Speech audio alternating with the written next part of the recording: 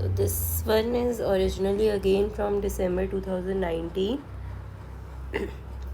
and we are given that A belong to M3R and let X is equal to C belong to GL3R such that CAC inverse is triangular.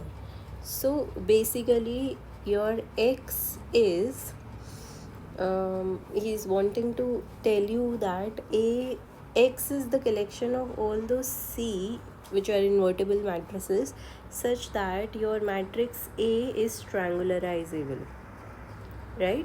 So triangularizable for these these are the collection for which it becomes triangularizable. We can triangularize it, right? So now we need to check about what are the if there is a collection for which it is triangularizable, or basically he wants to know, like in first option he is wanting to ask that if X is non-empty, so he is wanting to ask that if every matrix is can be triangularized. So if there is existing a C for which this is triangular, that means there is a collection, this collection is non-empty.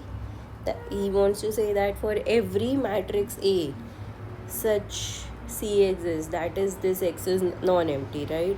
So first of all, let us focus on the definition of triangularizable. So what is basically a triangularizable? So a matrix is triangularizable if and only if it has a JC form. It has a JC form, that is if and only if its characteristic polynomial splits over F. So here we are seeing two things, right?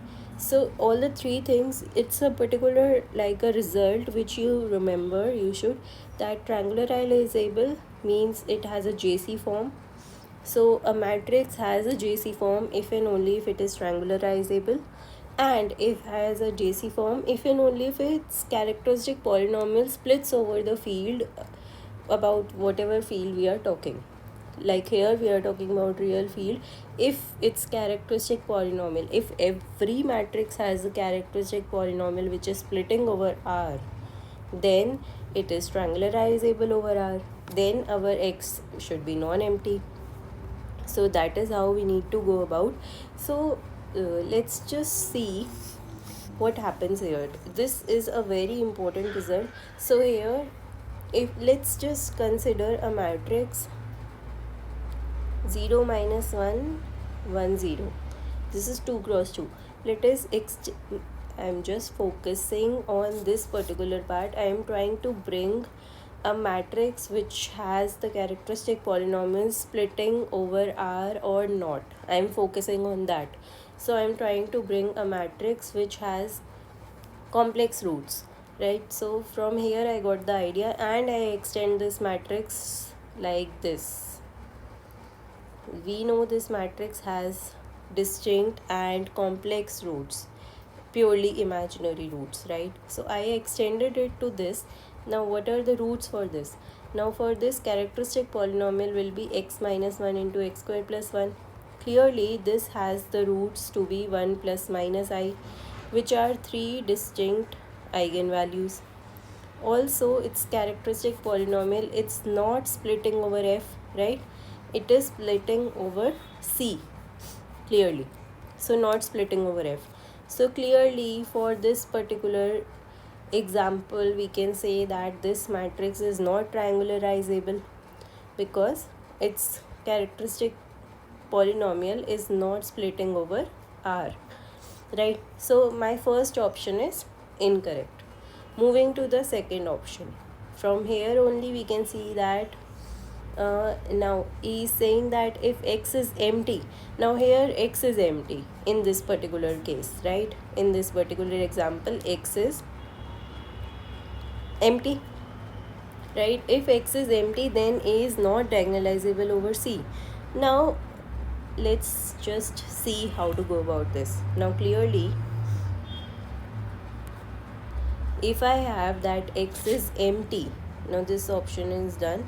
If we have x is empty, then it clearly means that A will have, by the definition that we used above this, A has Jordan canonical form and CAX splits over F, right?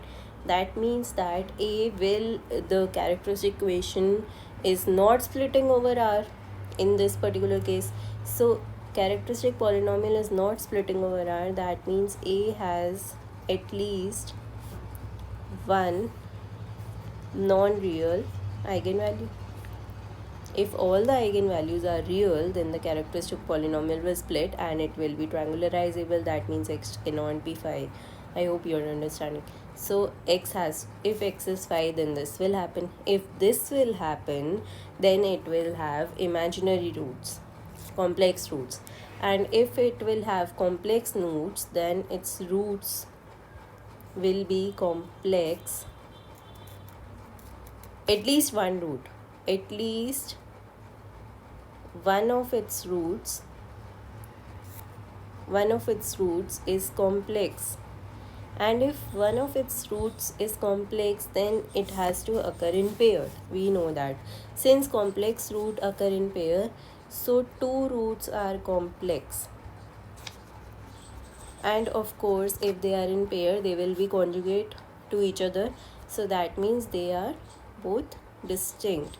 Now again, since we have a 3 cross 3 matrix, so obviously the third root cannot be imaginary, has to be real root, right? So from here, what are we achieving? We are achieving that all the three roots will be distinct. If all the three roots are distinct, that means it has to be diagonalizable, but over C. From all the story that I told above, it has to have roots which are complex, because of which it will be diagonalizable over C. That means our second option is incorrect and our third option is correct. Now if x is 5, then A has no real eigenvalue. So again, you can consider this example again. So in this, it has three distinct eigenvalues, it is diagonalizable over C, and it has a real eigenvalue, right?